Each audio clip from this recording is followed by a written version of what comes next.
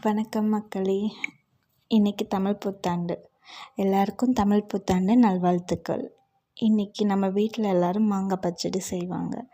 அது ஏன் தெரியுமா? அதில் இனிப்பு, புளிப்பு, உப்பு, கசப்பு, காரம், துவர்ப்பு இது எல்லாம் அறுசுவைகள்.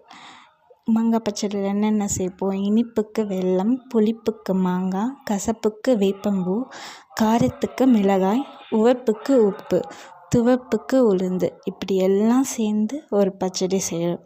அதே மாதிரி தான் நம்ம வாழ்க்கையிலும் சந்தோஷம், கஷ்டம், நிறை குறைகள் எல்லாமே ஒரு அனுபவங்களாக இருக்கும்.